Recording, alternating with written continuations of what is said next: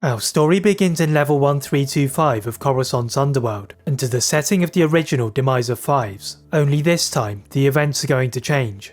Within the former hangar, now warehouse, the Jedi Knight Anakin Skywalker and the clone Captain Rex are trapped under a ray shield when a rather distraught Five stumbled into the area. The ARC trooper had just been through a tough ordeal, and as he clutched his head in pain, he told him that all of the clones are control chips which could be used against the Jedi. Anakin and Rex are skeptical of some of these accusations, especially those against Palpatine, and as Anakin became agitated, Commander Fox and the Coruscant Guard entered the warehouse. Rex saw Fives in a state of panic, and beside him, his general was clearly of the opinion that Fives was speaking nonsense. As Fox ordered Fives to put his hands up, Rex saw the body language of Fives, and it was clear he was reaching for his blaster. Rex roared before Fives leaned towards the weapon, which even shocked Anakin, and as everyone other than Fives looked towards him, he asked for everyone to lay down their weapons for a more civilized discussion. Commander Fox briefly hesitated, but then raised his blaster again, and he told Rex that he was under the direct orders of the Supreme Chancellor. An obstruction of justice could be classified as treason, and Rex desperately turned to Anakin for help. The Jedi Knight had been silent since Fox's arrival, but it seemed that Rex's concerned look had returned his focus. Anakin quickly assessed the situation, and he determined that Fox would not be moved by any words, so he whispered to Fives to slowly move behind the ray shield. The distressed clone trooper did exactly as he was ordered, and Rex and Anakin attempted to distract the Coruscant Guard by asking them to locate the ray shield projector. Commander Fox quickly caught onto this plan, and ordered the guard to get closer, then surround the trio. Anakin now spotted the projector, and though the shield suppressed most Force users, its lack of use had weakened it, and the Jedi slowly crushed it. As the shield started to flicker, Rex tackled Fox, and Anakin summoned his lightsaber to deflect blaster bolts from his captain, as Five scampered away. After it was apparent that Anakin was only trying to reflect the bolts to the ceiling, the guard were confused between chasing Fives or helping Fox. The captain and commander took their fight outside, and Anakin bought himself enough time from the rest of the Coruscant Guard to help Rex. Anakin was not willing to hurt Fox, so once he saw him slightly separated from Rex, he lifted him into the air and threw his captain his blaster to stun him. The Jedi ordered the clones to lower their weapons, and he told them that he would personally talk to the Chancellor as a close friend and inform him of the situation. Anakin and Rex carried the unconscious Fox in their patrol gunship and travelled to the Chancellor's office, whilst the rest of the Coruscant Guard followed them. As they rose from the underworld to the surface, Anakin received an urgent call from Shaak Ti for an update on the investigation. The Jedi Knight scratched the back of his head, looked at Rex, then at Fox, and he told the Council that he had the situation under control. Master T exchanged a knowing look with Windu, Yoda and Plo Koon, which suggested that Anakin's version of control was tantamount to a destructive battle, and Anakin told Master T to wait for him by the Chancellor's office. Once the transmission ended, Rex glanced at Fox and asked his general if they had done the right thing, and Anakin believed that they had. Anakin remembered the saga of his old Padawan, and how the Jedi and the Republic had jumped to conclusions before reaching a decision, so now he refused to lose another friend on his watch. Anakin looked out and the gunship was approaching Palpatine's office, so he asked Rex to keep an eye on Fox, whilst he went to talk to his mentor. Anakin sprinted through the building, and descended the elevator to the Chancellor's office, where Palpatine was staring out of the window. The Chancellor hid his disgust that Fives was still alive, and he asked Anakin what exactly he was doing by keeping him, when he had just made an attempt on his life. Anakin reasoned that Fives was much like Tup, and they had both been subject to changes because of the chip, but Palpatine disagreed. As Master T now arrived to join the meeting, Palpatine wove a lie about the cause of Tup's odd behaviour, and he pointed to a parasite native to Ringo Vinder. Whilst it was possible that Fives was suffering from the same symptoms, Palpatine could not afford for Fives to live, and he pretended to sympathise with Anakin, then ordered him to be brought in by the Coruscant Guard. The two Jedi descended the elevator out of Palpatine's office, and as Anakin was left with a moral dilemma, the Sith Lord ordered the Coruscant Guard to wipe out Fives at all costs. Outside of the Chancellor's office, two patrol gunships had been waiting for the Chancellor or the Jedi to trigger their next move. The back of the two gunships was the first to receive an order, and though the guard were without Fox, they did not hesitate in carrying out their order. In front of the guard's gunship, Rex was waiting for Anakin to return when he felt a gunship shudder, and he looked backwards to see the other gunship in the distance. The clone captain immediately searched for his general, and Anakin ordered him to keep track of the gunship, whilst he looked for his wayward clone trooper. The Jedi Knight left Shaak Ti, and while she travelled back to the temple and spoke to the council, Anakin resumed his chase of Fives, and now he was out of the Chancellor's office. He found the findings of the Kaminoans to be rather odd. The presence of a parasite causing the demise of Tup seemed to be a convenient excuse, and though he trusted the Chancellor, he was beginning to raise doubts over the mysterious Kaminoans. Anakin promised to himself that he would talk to Obi-Wan later, and now he began to search Coruscant for Fives. The Jedi instinctively thought that Fives would try and find another Jedi or clone trooper who was willing to listen to his wild conspiracy theory, but with the Baron clone Hangar 79s out of the question, Anakin headed for the second most likely destination for Fives, which was the Republic military base. Anakin asked for any other clones in the 501st Legion to respond, but their communications had been cut off or they were deliberately ignoring him. After Anakin made the short journey in his starfighter, the Jedi General looked around the exterior and found it to be deserted. Now curious and concerned, Anakin rushed inside and bypassed the security with his Jedi clearance before he heard a familiar voice echoing around the building. Anakin ran towards a large open hangar-like room, which was normally used to gather troops before deployment. Now the clones were also gathering, but for a much different purpose. At the top of several crates stood Fives, and beneath him was all of the clone troopers on Coruscant, who were listening to Fives' speech. Anakin was tempted to burst in, but he felt as if he owed Fives the right to at least speak, so he listened like the other clones. The ARC trooper looked scared, not about the chasing Coruscant Guard, but for the lives of the other clones, and he told them about Palpatine's plot. The other clones were skeptical, and they wanted evidence to support these claims. Anakin now entered the room, and Fives' face soon turned to concern that Anakin was here to take him into Republic custody. The Jedi assured Fives that he was here to help him, and like he had done in the warehouse, Fives muttered a string of incoherent thoughts, which included an unprovoked injection from Nala Se. Anakin was alerted to this latest accusation, unlike the one surrounding the Chancellor, and he promised to personally go to Kamino to find out more. As for the other clone troopers, Anakin told them he would inform them of his findings, and should they be in any danger from the chips like Tup had been, then he would help them remove their chips. As Anakin returned to the temple to talk to Obi-Wan, Fives was worried about Anakin's reverence and close connections to Palpatine, so he implored for the clones to begin the removal of their chips. Anakin was oblivious to this though, and continued to the Jedi Temple, where he met Obi-Wan in his quarters. The Master had wanted Tup to be examined by the Jedi rather than the Kaminoans, and Anakin's adventures gave Obi-Wan more reasons to suspect the Kaminoans. Though Anakin had dismissed the claims surrounding the Chancellor, Obi-Wan was not as clouded with his connection to him, and whilst he did not express this to Anakin, he thought that the Council should keep a closer eye on him. When Anakin mentioned that he was about to go to Kamino, Obi-Wan thought it would be best to join him, and after consulting with the Council, they told him that the mission must be a secret even from the Chancellor. Anakin didn't agree with the secrecy, but did not speak up on it, and 2 Jedi starfighters left the hangar of the Jedi Temple. After a trouble-free journey to Kamino, Obi-Wan and Anakin disguised themselves to maintain their secrecy, so the Kaminoans would not see them as Jedi. The 2 Jedi split up when they arrived, with Obi-Wan using his famous negotiation skills to draw answers from the Kaminoans, whilst Anakin looked for the medical droids, and in particular AZI-3, who had operated on the late Tup. Anakin rushed through the facility, and headed straight for the clone embryo room, which was where Shakti and Nala Se had detained Fives.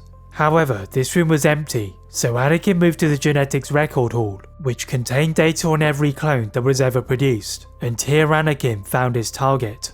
AZI-3 was cautious when the hooded Anakin approached him, but the Jedi told him he was here on behalf of Fives, and the droid was happy to assist him.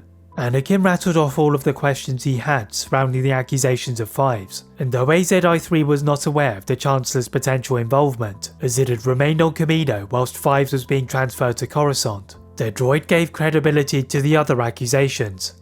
Anakin was taken from the record hall to the medical bay, where Fives had removed his chip, and AZI-3 produced the records of the level 5 atomic brain scan. The Jedi saw that these chips were implanted into every clone, whilst there were stage 3 embryos, and he learned that the Kaminoans used them to temper aggression, but there was nothing to suggest Palpatine's involvement. Anakin decided to maximise the encounter with AZI-3, and he asked him to find if there was a hidden motive behind the chips, as he hoped Obi-Wan was having more success. As it happened, the Jedi Master was encountering a similar wall as Anakin, as both Lama Su and Nala Se reiterated what they knew about the chips. Obi-Wan was seemingly getting nowhere with his questioning, but then he remembered his encounter with them before the battle on Geonosis. The Jedi combined this past memory with the knowledge of the chips to ask them about Tyrannus, whom the Jedi Council had yet to identify, and the Kaminoans looked towards each other. Lama Su told them that Tyrannus had taken over their project after the demise of Sifo-Dyas, and it was the Jedi Master who had provided the idea of the chip. Obi-Wan's mind desperately tried to decipher this newest fact, and he realised that Tyrannus was either currently a member of the Jedi, or somebody who had once known Sifo-Dyas. The Jedi Master sensed the conversation had reached its end, so he politely thanked the Kaminoans for their services, and used his wrist-mounted communicator to search for Anakin. As it turned out, the Jedi Knight was off on one of his usual detours, and after dragging AZI-3 with him, he was searching for any secret areas that the Kaminoans could have held. Both were in agreement that these chips were not as necessary as the Kaminoans had told them, but they were yet to find evidence of Fives' other accusations. AZI-3 though knew otherwise, and it spoke of Lama Su's secret room, and Anakin's eyes lit up. Obi-Wan was hesitant, as they had already pushed the Kaminoans on this trip, but Anakin saw this as an opportunity. Before Obi-Wan could argue or obtain permission from the Council, AZI-3 hovered towards the location of the room, and Anakin asked for R2-D2 to leave his ship, then head towards him. Obi-Wan let out a sigh of exasperation, but reluctantly followed Anakin, and they ascended one of the many towers in the complex. When they arrived on the top floor, AZI-3 and R2-D2 worked in conjunction to locate the hidden room, but they saw that it was currently being occupied. The group patiently waited for the Kaminoans to emerge, and eventually they did. Lama Su and Nala Se talked in hushed whispers when they left the room, and the Jedi turned to each other to move from their hiding spot. As AZI-3 was suffering from low charge, R2-D2 used a scompling to unlock the door to the secret room, and they were greeted with a small incline to a podium, and at its heart was an elevated screen used for communications. The group gathered around the screen, and they saw that the previous transmission was from the mysterious Tyrannus. The room automatically darkened when the transmission began, and a hooded figure appeared in front of them. Though its face was covered, the Jedi recognized the voice of Count Dooku, and they looked at each other in astonishment. The knowledge that Tyrannus was Dooku confirmed that the clone army was not as it seemed, but more significantly, it was Dooku that had implemented the chips with his intentions. It was at this moment that the alarms to the tower started to go off, and the quartet quickly moved out of the room and back down to the main complex as the clones tried to chase them.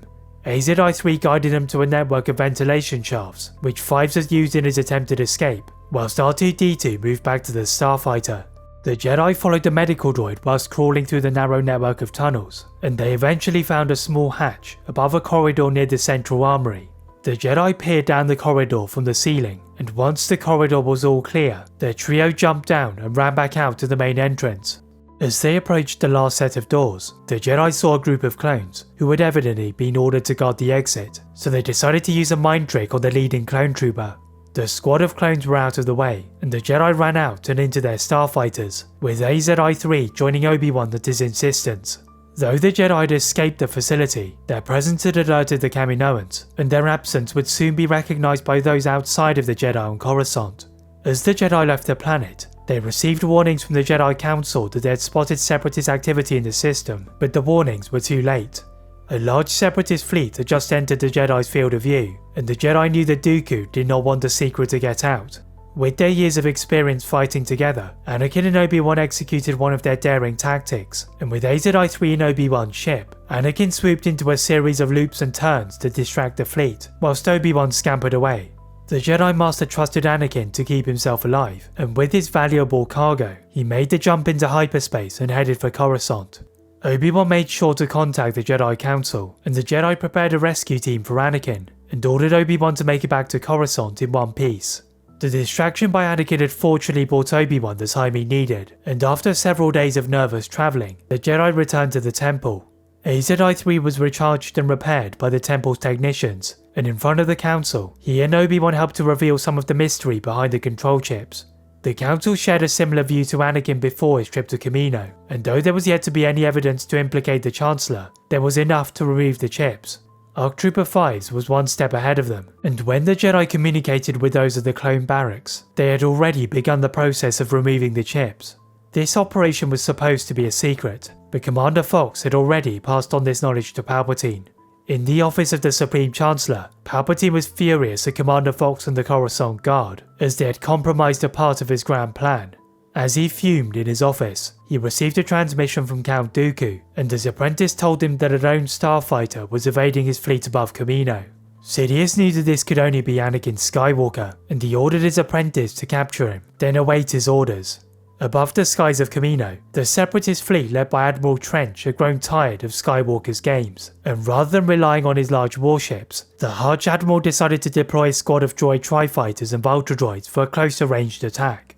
The Jedi Knight had figured that Obi-Wan had been given sufficient time to evade the Separatist fleet and create a gap, but as he was about to escape himself, his starfighter was surrounded. Anakin instructed his astromech to open the radiators on the S-foils to deflect the Vulture droids, but Trench was only using these to bait Anakin, and the droid tri-fighters moved in when the heat was dissipated. Just as he had done on Cato Neimoidia, Anakin tried to force push the incoming buzz droids away from his ship, but he was very swiftly overwhelmed, and this time he had no Padawan to save him. Trench saw the unconscious Anakin slumped in his starfighter, and he cleared the droids so his Requisant-class light destroyer could collect the ship.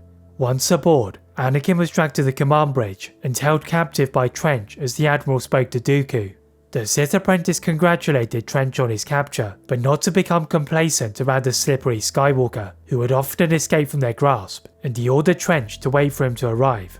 Near the centre of the ship, Anakin's battered starfighter had been abandoned by the droids and presumed to be out of service.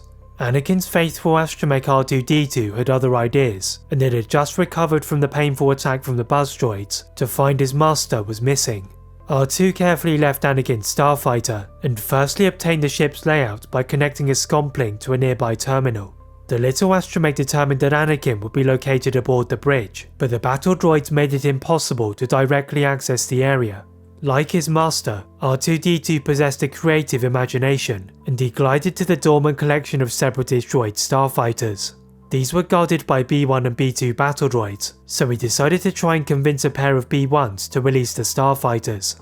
After several minutes of rather angry droid speak, the astromech managed to recruit the B1s, as he falsely told them that they needed more space, and in turn, they allowed him to reprogram the droids for a suitable destination. R2 hid his droid that the extravagant plan had somehow worked, and he turned the droid starfighter on the ship itself.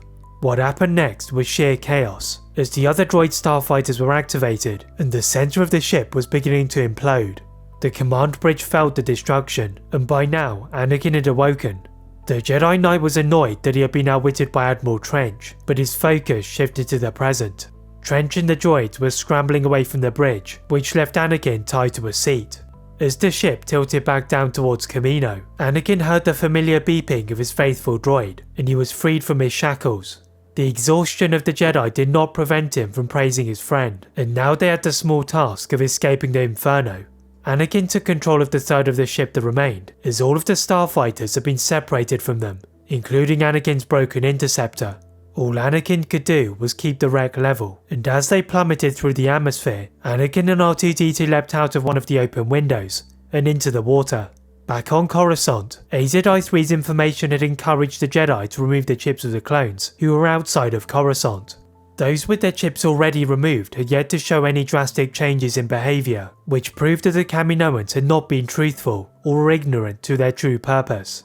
Whilst the Palpatine rumours were yet to be proven, the Jedi launched a massive rescue operation to retrieve Anakin. Despite the Jedi Council wanting to arrest Obi-Wan, he insisted upon rescuing his Padawan, who had just sacrificed himself to let him get away, and he, AZI-3 and Shaak Ti, with her knowledge of Kamino, also joined him for this mission. After his previous escape from Kamino, Obi-Wan knew that they would be faced with a large Separatist fleet, and even though his 212th Battalion had removed their chips, he still had a twinge of doubt about his army. Obi-Wan's unease was not helped by intelligence from ahead of them, which revealed that after Obi-Wan's escape, there had been a sizable implosion within the fleet. When they exited hyperspace, the Jedi were not prepared for the sight which greeted them. What lay before them was a partially destroyed Separatist fleet, which was caused by R2-D2 and Anakin, but on the far side of Kamino, reinforcements were lurking. The crash site screamed of a Separatist trap, but Obi-Wan decided to take his starfighter to investigate. The Jedi Master was accompanied by several of his clone troopers, and together they scouted the remainder of the Requisant-class light destroyer in their envirosuits. The implosion had reduced the starship into several large segments, the largest of which was now the stern housing the hyperdrive and main reactor, and upon closer examination, Obi-Wan saw the remnants of Anakin's starfighter.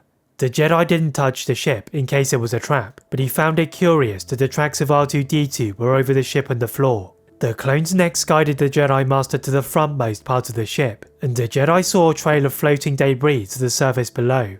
Obi-Wan had seen enough, and returned from the wreckage to the Republic fleet.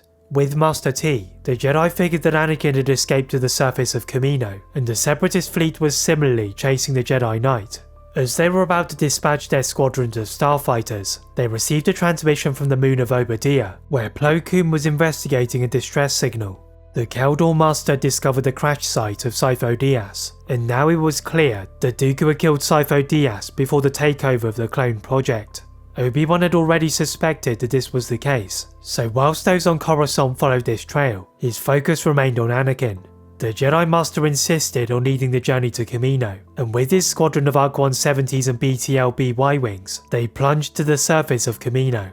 When they entered the atmosphere, the display screens were not registering any enemy fighters, but this only increased Obi-Wan's suspicions, and he looked for the remains of the Light Destroyer's bridge. The strong waves had spread the space debris across the waters, and Obi-Wan dispersed his squadron for any sign of Anakin, but his clone pilots did not find anything other than more remnants of the ship. Obi-Wan then spotted several Trident-class assault ships on distant platforms, and he ordered the clones to assess the threat, whilst he prepared a Kaminoan submarine to search beneath the wreckage. The clones soon scouted the growing threat, and the Trident-class assault ships that Obi-Wan had seen were in fact part of a bigger attacking force. Master T, from a position above Kamino, deployed the Rancor Battalion, who were equipped with speederboards to help them across the water, and Obi-Wan switched to the submarine with AZI-3 to try and look for Anakin. The Jedi Master expanded his search radius to the outskirts of the cloning facility, and as the amount of platforms and stilts started to decrease, he saw one platform which got the attention of AZI-3. As he approached it, the scanners on his submarine also detected it, and the platform began to move. The Jedi rose in tandem with the platform, which was designed for starships, and when it reached the level of the water, Obi-Wan and AZI-3 leapt to the top of the platform. The Jedi did a scan of the area so he could determine the purpose of the hidden platform, and he spotted a hatch in the centre. The Jedi was surprised to see a large tubular structure beneath the hatch, and a spherical vehicle waiting for him. Obi-Wan and AZI-3 hopped in, and the droid helped to move the vehicle towards the main complex. As the clone pilots began to attack the assault droids, Obi-Wan sped towards the platforms, and AZI-3 told him that they were approaching the private laboratory of Nala Se. The Jedi wondered if this was where his Padawan had ended up, and as they slowed to their destination, he felt an ominous sensation in the Force, so prepared his lightsaber for an encounter. The spherical vehicle stopped, then rose towards the surface, and as the canopy opened, Obi-Wan was faced with the unsavoury sight of Count Dooku. The Sith apprentice had travelled to Nala Se's lab through the traditional entrance, and on the orders of Sidious, he had captured and dragged away Nala Se, so she could be questioned as to how their secret had been discovered. Dooku had not expected the bonus of Anakin Skywalker, but the exhausted Jedi had used Obi-Wan's method of transportation, before Dooku also captured him. Obi-Wan knew that they were both aboard Dooku's Providence-class flagship, but first, he needed to find a way to get out. Dooku ignited his lightsaber in anticipation of Obi-Wan's escape attempt, and the Jedi was forced to fight. The Jedi was acutely aware that his lightsaber Form 3 was a bad matchup against Dooku's Form 2, so he decided to switch to Form 4, and this surprised the Sith. Obi-Wan knew Dooku would quickly adjust, and considering that the clone project was already compromised, he did not feel guilty in force pulling several wall-mounted computing devices into Dooku, which the Sith calmly sliced. AZI-3 used a distraction to unlock the door previously sealed manually by Dooku, and Obi-Wan retreated to the corridor, then asked AZI-3 to look for the exit of the building. The Jedi Master continued to try and destroy the area, and he pulled a variety of medical equipment from open rooms, as well as panels of the walls and ceilings. The obstacles bought enough time to summon an LAT gunship, and Obi-Wan ordered the pilot to take him to Dooku's fleet. At the same time, he also asked for Shakti to join him in their rescue, whilst Dooku was stranded on the surface of Kamino. With reinforcements close to Kamino, it allowed the Togruta Jedi to join Obi-Wan, and their new target was Dooku's flagship. The remaining Arc 170s tailed the two Jedi, then split off to attack the rest of the fleet, whilst the Jedi moved for the location of Anakin. The clones drew the attention of most of the TIE fighters and Volta droids, but the Jedi still had to contend with the turbo laser turret and the massive flak cannons before the ion cannon could fire. The Jedi negated the threat of the ion cannon by flying in such a way that the destroyer pointed its cannon towards his own fleet, and this gave them an easier run to the main hangar. With their laser cannons pointed at the station battle droids, Shaak Ti and Obi-Wan skidded into the hangar, and they set about locating the Jedi Knight and the scientist. The two Jedi were now being pursued by Dooku, who had caught on to their plan to free the captives, and they decided to split up, with Obi-Wan heading for the command bridge, whilst Master T went to the observation deck. The Togruta Master was the first to encounter trouble, as she saw the cyborg General Grievous guarding the captives, and accompanied by his IG-100 Magna Guards, Master T saw the doors behind her close with an ominous hiss. The Kaleesh warrior turned from the window to see the Jedi Council member, and his robotic hand swept his cloak to reveal his collection of lightsabers. The Jedi was a picture of concentration, but she also kept an eye on the incoming reinforcements in the background, which were now battling the rest of the Separatist fleet. The Republic were led by General Mace Windu, and the Master of the Order was accompanied by Saesee Tiin and his squadron. Windu left the Akotchi Master to command the fleet, whilst he pursued Count Dooku, and the Sith apprentice had just managed to enter the hangar of his flagship. The tactics of Obi-Wan and Shaak Ti had significantly slowed his progress, but with Windu in closer pursuit, he chased after Obi-Wan. The leader of the Separatists reached the command bridge ahead of Windu, and there he saw his master battling Obi-Wan. The Jedi Master had gone to the bridge as planned, but when he entered the large area, the hooded Palpatine stood menacingly at the other end. Without turning to face Obi-Wan, Palpatine pretended to praise Obi-Wan and the Jedi for discovering his secret, but now their pitiful efforts would meet their end. The Sith Lord's lightsabers thrusted from his sleeves and into his hands, and Obi-Wan raised his own to prepare for an attack. The Sith moved towards him with abnormal speed, and though Obi-Wan had faced formidable duelists in the past, Palpatine was on another level. Obi-Wan's fatigue was exaggerating his struggles, and Palpatine was toying with him as he used the space to try and buy himself time. As Palpatine induced a series of lacerations and cuts, Obi-Wan was running out of time when the door opened from the outside. As if the situation couldn't get any worse, Dooku decided to grace the room with his presence.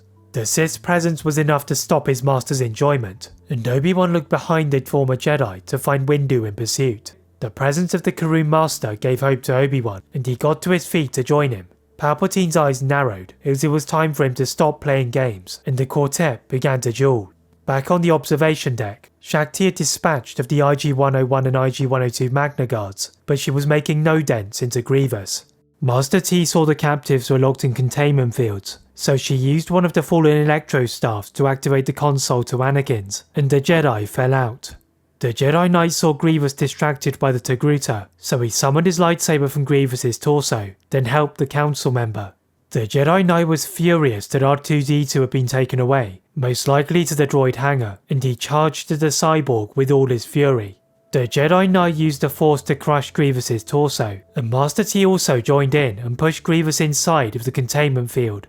With the cyborg severely debilitated, they free Nala Se and the incoming clones take her away. The two Jedi then quickly left the deck and ran to the bridge, and the blurs of red, purple and blue moved closer with every step. Just as they were within fighting distance, Dooku pushed Obi-Wan into the wall, and Anakin roared in anger. The Jedi used a burst of force speed as he aimed to decapitate the apprentice, but he stopped when he saw Palpatine. Anakin was shocked by his mentor being as evil as Fives had told him, and now he was asking for his help. The Jedi caught a glimpse of Obi-Wan twitching out of the corner of his eye, and he ignited his lightsaber and moved to Dooku instead. Anakin swung his blade with immense power, and Master T joined him with her blade and Obi-Wan's. The age of Dooku was starting to show, and the Togruta used a large bridge to move the Sith around. Anakin finally capitalized to slice off Dooku's hands, when his impeccable technique faltered. The Jedi then moved to Palpatine, who was unleashing his full might at Windu. Anakin was fueled by anger, being deceived by his former friend, and he struck him down with all his energy. The Jedi took a moment to recover their breaths, then helped the heavily injured Obi-Wan back to his feet. Windu ordered for the clones to move in, and the Jedi slowly left Dooku's flagship, with Anakin being the last, as he collected R2-D2. The skies of Kamino were quickly littered with a chain of explosions, and the surface of Kamino was only slightly better. Grievous and Palpatine were abandoned during the destruction, and Dooku was taken into Republic custody, but it was the reputation of the Kaminoans which took the biggest hit. Although they had only been partially aware of the use of the chips, the remaining separatists tried to deflect the blame for the war away from themselves, and the Republic had no intentions of creating more political friction. As for the clone army, Fives was seen as a hero for helping the clones escape a horrible fate, and they lost the faith in the Senate. The clone troopers split up, with some continuing to serve the Jedi, whilst others made lives for themselves, and the galaxy was restored to peace.